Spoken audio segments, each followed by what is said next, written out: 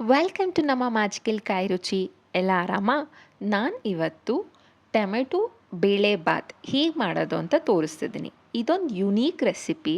ನೀವು ಎಲ್ಲೂ ತಿಂದಿರಲ್ಲ, ಮಾಡೂ ಇರಲ್ಲ ಅನಿಸುತ್ತೆ. ಬಟ್ ಈಸಿಯಾಗಿ ಕ್ವಿಕ್ಕಾಗಿ 10 ನಿಮಿಷದಲ್ಲಿ ಹೇಗೆ ಮಾಡೋದು ಅಂತೇಳಿ ತೋರಿಸ್ತಾ ಇದ್ದೀನಿ. ಮೊದಲಿಗೆ ಸ್ಟವ್ ಆನ್ ಮಾಡಿ ಅದ್ರ ಮೇಲೆ ಒಂದು ಕುಕ್ಕರ್ನ ಇಟ್ಟು ಅದು ನೀರೆಲ್ಲ ಸೀದಿ ಬಿಸಿ ಆಗೋವರೆಗೂ ಬಿಟ್ಟು ಆದ ತಕ್ಷಣ ಎಣ್ಣೆನ ಹಾಕಬೇಕು. ನಾನಿಲ್ಲಿ 3 ಸ್ಪೂನಷ್ಟು ಎಣ್ಣೆನ ಹಾಕಿದ್ದೀನಿ. ನಾನು ಬಾಟಲಲ್ಲೇ ಹಾಕ್ತಿದ್ದೀನಿ. ನೀವು ಬೇಕಾದ್ರೆ ಅಳತೆ ಮಾಡಿ ಸ್ಪೂನಲ್ಲಿ ಹಾಕ್ತೀರಾ ಅಂತ ಹೇಳಿದ್ರೆ 3 ಸ್ಪೂನಷ್ಟು ಹಾಕಿದ್ರೆ ಸಾಕಾಗುತ್ತೆ. ನಿಮ್ಮ ರೆಫರೆನ್ಸಿಗೆ ತೋರಿಸ್ತಾ ಇದ್ದೀನಿ ನಾನು. 3 ಸ್ಪೂನಷ್ಟಿದೆ ಅಂದಾಜಷ್ಟೇ ಎಣ್ಣೆ.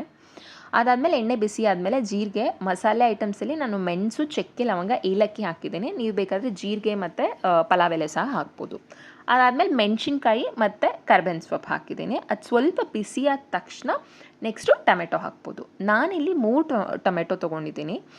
ನೀವು ಎಷ್ಟು ಜನಕ್ಕೆ ಮಾಡ್ತಿದ್ದೀರಾ ನೋಡ್ಕೊಂಡು ಮಾಡಬೇಕಾಗತ್ತೆ. ನಾನಿಲ್ಲಿ 2 ಗ್ಲಾಸ್ ಅಕ್ಕಿಗೆ 3 ಟೊಮೆಟೊ ಹಾಕಿದ್ದೀನಿ.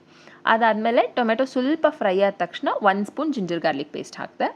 ಸೊ ಅದು tomato, ginger garlic paste, oil ಎಲ್ಲ ಚೆಂದ ಫ್ರೈ ಆಗೋ ಥರ ಕ್ಲೀನಾಗಿ ಕೈ ಆಡಿಸ್ತಾ ಇರಬೇಕು. ಇದನ್ನು ಕ್ವಿಕ್ಕಾಗಿ ಮನೆಯಲ್ಲೇ ಆರಾಮಾಗಿ ಸ್ವಲ್ಪನೇ ಪದಾರ್ಥ ಇದ್ರೂ ಈಸಿಯಾಗಿ ಮಾಡ್ಬೋದು.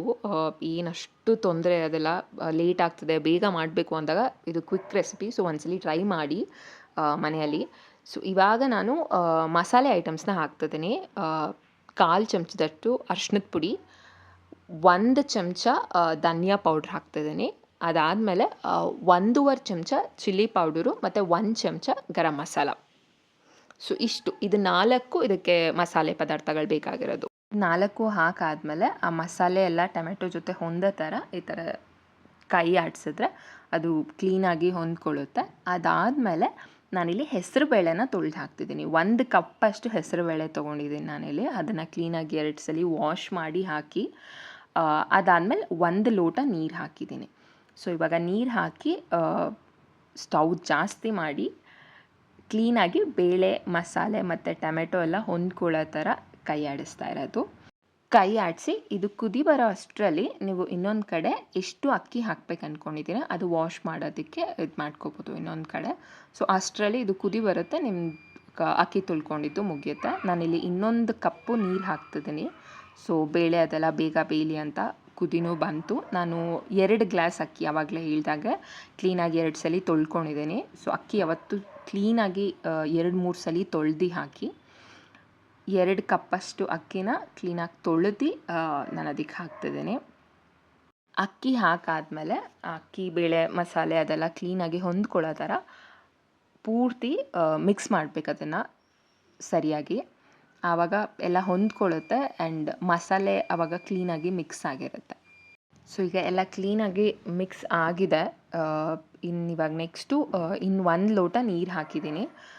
ಆಲ್ರೆಡಿ ನಾನು ಆವಾಗ 2 ಲೋಟ ಹಾಕಿದ್ದೆ. ಇವಾಗ 1 ಲೋಟ 3 ಲೋಟದಷ್ಟು ನೀರು ಹಾಕಿದ್ದೀನಿ. ಆಮೇಲೆ ರುಚಿಗೆ ತಕ್ಕಷ್ಟು ಸಾಲ್ಟ್ ಹಾಕ್ತಿದ್ದೀನಿ. ನಾನಿಲ್ಲಿ 2 ಸ್ಪೂನು ಸಣ್ಣ ಉಪ್ಪನ್ನ ಹಾಕಿದ್ದೀನಿ. ನೀವು ಯಾವ್ದು ಬೇಕಾದರೂ ಹಾಕ್ಬೋದು, ದಪ್ಪುಪ್ಪು, ಸಣ್ಣ ಉಪ್ಪು ಯಾವುದಾದ್ರೂ ಹಾಕ್ಬೋದು. ಸಾಲ್ಟ್ ಹಾಕಾದ್ಮೇಲೆ ಕ್ಲೀನಾಗಿ ಮೇಲಿಂದ ಕೆಳಗೆ ಮತ್ತೆ ಕೈ ಆಡಿಸ್ಬೇಕು. ಏಕೆಂದರೆ ಇವಾಗ ಸಾಲ್ಟ್ ಹಾಕಿರ್ತೀವಿ ಅದು ಪೂರ್ತಿ ಮಿಕ್ಸ್ ಆಗತ್ತೆ. ಈಗ ನೀವು ನೋಡ್ಬೋದು ಕುದಿ ಹತ್ತುತ್ತಾ ಇದೆ. ಕುಕ್ಕರ್ ಮುಚ್ಚಕ್ಕೆ ಮುಂಚೆ ನಾನು 1 ಸ್ಪೂನ್ ತುಪ್ಪ ಹಾಕ್ತಿದ್ದೀನಿ. ಇದು ಆಪ್ಷನಲ್, ನೀವು ಬೇಕಂದರೆ ಹಾಕೋಬೋದು, ಹಾಕಲೇಬೇಕು ಅಂತ ಏನಿಲ್ಲ. ಇದಾದಮೇಲೆ ಕುಕ್ಕರ್ನ ಕ್ಲೋಸ್ ಮಾಡಿ 2 ವಿಷಲ್ ಬರ್ಸ್ಕೋಬೇಕಾಗುತ್ತೆ. 2 ವಿಷಲ್ ಬಂತಂತ ಹೇಳಿದ್ರೆ ರೆಡಿ. ಸೊ ಇವಾಗ ನೋಡ್ಬೋದು ವಿಷಲ್ ಬಂದಿದೆ. ನಾನು ಓಪನ್ ಮಾಡ್ತಾ ಇದ್ದೀನಿ. ಯಾವಾಗಲೂ ವಿಷಲ್ನ ಮೇಲ್ಗಡೆ ಪ್ರೆಷರ್ ತೆಗೆದು ಆಮೇಲೆ ಓಪನ್ ಮಾಡಬೇಕು. ಸೊ ನೀವು ನೋಡ್ಬೋದು ಸಕ್ಕತ್ತಾಗಿ ರೆಡಿಯಾಗಿದೆ ಟೊಮೆಟೊ ಬೇಳೆ ಬಾತ್. ಇನ್ನೊಂದ್ಸಲಿ ಈ ಥರ ಕ್ಲೀನಾಗಿ ಮಿಕ್ಸ್ ಮಾಡಿ ಪ್ಲೇಟ್ಗೆ ಹಾಕ್ಕೊಂಡು ತಿಂತಾ ಇರೋದೆ ಟೊಮೆಟೊ ಬೇಳೆ ಬಾತ್. ನೀವು ಒಂದ್ಸಲಿ ಮನೇಲಿ ಟ್ರೈ ಮಾಡಿ, ಈಸಿಯಾಗಿ ಕ್ವಿಕ್ಕಾಗಿ ಮಾಡ್ಬೋದು. ಟ್ರೈ ಮಾಡಿ ಹೇಗೆ ಬಂತು ಅಂತ ಕಮೆಂಟ್ ಮಾಡಿ. Thank you.